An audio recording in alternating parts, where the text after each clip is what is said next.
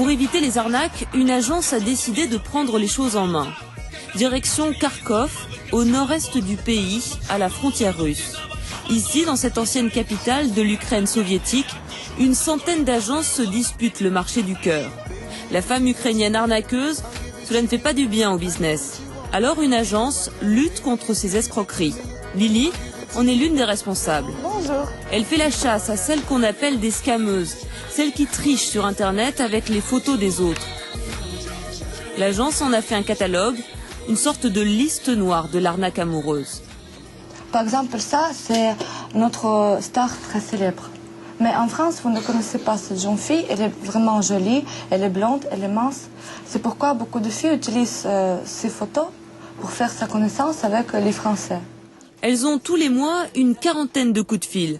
Des Français qui veulent savoir si derrière leur correspondante ne se cache pas une scammeuse. L'agence consulte alors la liste noire et vérifie les informations données par les jeunes femmes. Autre supercherie, la chirurgie version Photoshop.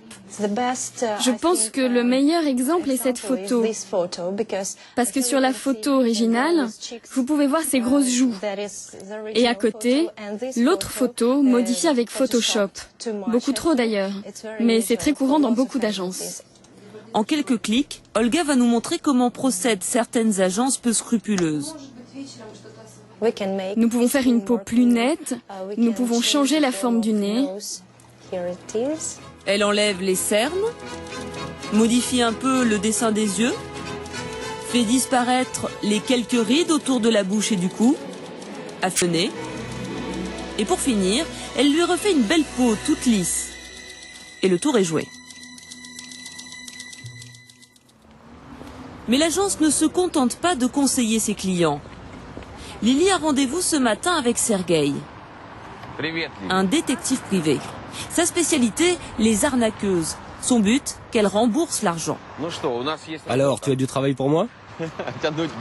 Il nous conduit jusqu'au parc où il a eu à s'occuper d'une affaire impliquant un Français, Michel. Le problème que nous a présenté Michel à l'époque, c'est qu'il voulait savoir s'il avait été victime d'une escroquerie. Il voulait savoir si Katarina, la femme qu'il avait rencontrée, était réellement étudiante parce que dans sa lettre, elle lui avait demandé de payer ses études. Il lui avait donné $3000.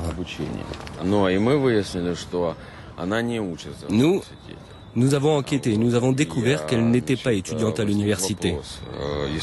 Et donc si elle n'était pas étudiante, c'est qu'elle l'avait trompée. Sergueï a accepté de nous conduire à l'appartement de Katarina pour la rencontrer. Elle habite en plein centre-ville, dans un immeuble standard, au 6e étage avec ascenseur. Nous le suivons en caméra cachée. Qui êtes-vous? Bonjour, je suis Sergueï de l'agence Ukraine. Vous vous souvenez de moi? Oui, je me souviens. Qu'est-ce que vous voulez? Je voudrais savoir si vous avez résolu le problème avec Michel. Écoutez, moi je vous dois plus rien. Tout cet argent, je l'ai rendu. Laissez-moi tranquille. Partez, sinon j'appelle la police.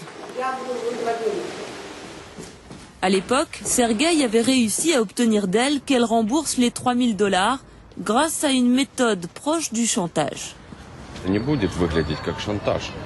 Ce n'est pas exactement du chantage, mais je lui ai dit que je le ferai savoir à tout le monde, en particulier à ses parents, à son travail, et surtout, je lui ai dit que j'irais la dénoncer à la police de son quartier. Cette fois-là, la méthode Sergueï a payé. Katarina a eu peur, d'autant qu'elle l'a pris pour un vrai policier capable de l'envoyer en prison. Mais ce genre de dénouement est encore très rare. Un tiers des femmes remboursent la totalité. Un autre tiers n'en rembourse qu'une partie.